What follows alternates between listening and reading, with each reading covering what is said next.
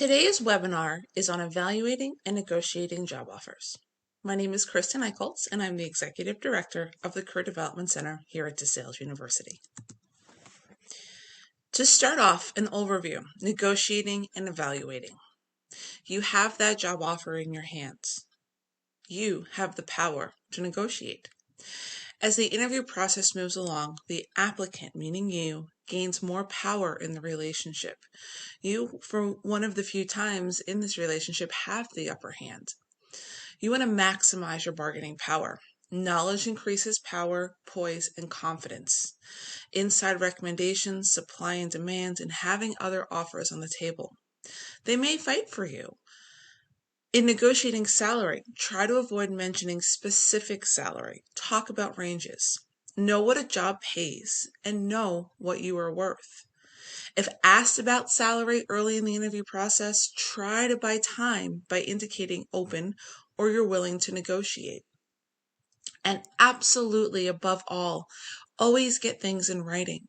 So as you're negotiating with your employer and they are telling you that they are willing to offer you some of the items that you've negotiated, or they're willing to fight for you and make it higher salary offer, ask for them to put it in writing. That way you have it documented. What to consider upon receiving an offer? Timing of an offer. It can arrive from 1 day to 6 weeks after your second or third interview. That is why follow-up is so important. One of the last questions while you're being interviewed that you want to ask an employer, if they don't mention it already, is, when can I expect to hear from you? Jot that down. Write it somewhere you'll remember, so that way you know when you want to follow up if you don't hear back from them. Impressions. Building a strong reputation and leaving lasting impressions are going to count throughout the entire process. So even when that offer arrives or in your prior communication of follow-up, you want to make sure that you are being your best self. Clarify the offer. Be clear on all the factors that make up the offer: position title, general responsibilities, salary, location, reporting date, travel, relocation expenses, etc. It's so important that you are clear and you're getting all your points across and that you're understanding everything that's being shared with you about the position that you would be accepting. It's okay to ask to negotiate time of the decision. One piece of advice I tend to offer is to never accept the job on the spot.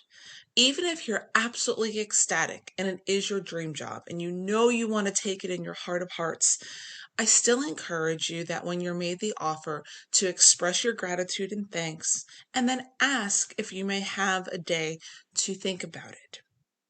What this is going to allow for you to do is take that step back and truly assess all the components of the offer. Is this the right fit? Making sure that everything is what you want it to be before you commit with that yes. So it's totally acceptable and okay to ask to have an extension, or if you can let them know in a day or two. Have that time frame in mind. And if they can't give you a long extension, maybe there's something that they can do on the short term. Things that can be negotiated. So it all depends on the line of work. So notice I say things that can be negotiated. Depending on the job, it could be salary, timing of appraisal reviews, a signing bonus, location of the job, relocation expenses, expense account, car mileage, club memberships like fitness clubs, a starting date, and vacations. Keep in mind these are all items that you do not want to ask questions about or discuss during an initial interview with a company. We want to make sure that that initial interview and the questions you're asking are along the lines of fit, that show that you're genuinely interested in the position. Typical benefit package. What's in one? So what are things that you want to be looking for in a benefits package? Paid holidays, paid vacation days, personal time off, defined pension plans, health and dental insurance plans, and life insurance plans. This is what seems to be typical in a benefit package. Sometimes there might be more, sometimes there might be less, but you want to look at it and see what is of most importance to you. Also, having those 401k plans or 403b plans to help with your retirement is also very important, especially if there's a match based upon how much you put in. Will the company then match you? So, when you're looking at a job and a compensation package as a whole, salary is important, but there are other factors that make it robust. So, if they're not willing to negotiate salary, maybe they can negotiate in some other areas, or some of the other benefits they offer outweigh what you're wanting in a salary. Investigating medical benefits. So it's much better to be fully informed before you accept. So once again, sometimes it's great to take that day or two before you absolutely confirm and say you will accept the job. You want to know what your insurance plan will cover. Who will it cover? Does it cover pre-existing conditions? What is my waiting period to become eligible? So sometimes when you start a job, your healthcare does not kick in till 30 days or sometimes up to 90 days. So you want to know what that waiting period is to become eligible to receive those benefits. What are perks? These are some other things that are part of that compensation package that aren't always monetary like a salary, but they definitely enhance that package and make it attractive for you to want to accept. Some employers offer recruiting and ways to recruit and retain employees. Looking at the companies rated the best places to work. And when you do that, you'll discover things like healthcare memberships, flexible schedules. Do they offer daycare, on-site daycare? Tuition reimbursement. Will your company pay for you to go on to further your degree? There are companies out there that have on-site dry cleaning that allow for casual dress, even bringing your pet to work day. So looking at compensation and benefits as a whole, and sometimes beyond salary, definitely can sweeten that pot. Review, review, and review again. Make sure to review what benefit coverage and what perks are provided in order to decide whether the employer benefit package is one that meets your needs. Ask those specific questions based upon your needs. And remember, a great salary is not always going to be enough to compensate for an employee benefit plan that does not offer you what you need. Some additional words about salary. The salary for your first professional position is of importance. Future positions will probably be based in part on what you were making in your last job. So you want to make sure that you're doing your research and you're coming up with a range that's most suitable for the skills you possess, the education you have, and the location that you are in. Salaries are typically set for positions in the organization, not the people who fill them. Thus, it is to your advantage to explain what added value you can bring to the position. So if you get asked the question, maybe even earlier on, before an offer, sometimes it does happen, what are your salary needs? You can respond with, what is a typical range of pay in your organization for this position? So you can put it back on them. Or you can say, I've learned that the market rate for the job is between 45K and 50K. I would consider that a fair offer. So doing your research and making sure that you're not highballing or lowballing yourself is definitely going to be very important. You then want to write a formal letter of acceptance expressing appreciation for the time and energy of those involved in the recruiting process and reiterating all details of the offer, including position, starting date and place, starting salary, and special arrangements if there was any negotiation that worked out in your favor. Once again, getting everything you can in writing. Salary research sites. So, what we have listed here are the top 7 sites in 2020 to look up salary information: Glassdoor, PayScale, Salary.com, Indeed, Salary List, Salary Expert, and the Bureau of Labor Statistics, the Occupational Outlook Handbook.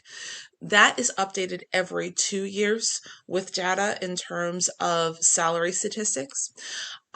So that is definitely relevant, but updated every 2 years. As a whole, every one of these sites is a good site, beneficial, being sure to focus on the location though. So you want to make sure that it's always in line geographically. So what a starting salary in the Lehigh Valley is would be significantly higher in some place like New York City.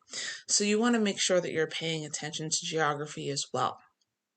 Things to consider with your salary search, as I mentioned, location, but also the job title, the career field, your experience, education, and any special skills that you have. Does COVID change my approach? Not necessarily, especially for a new job.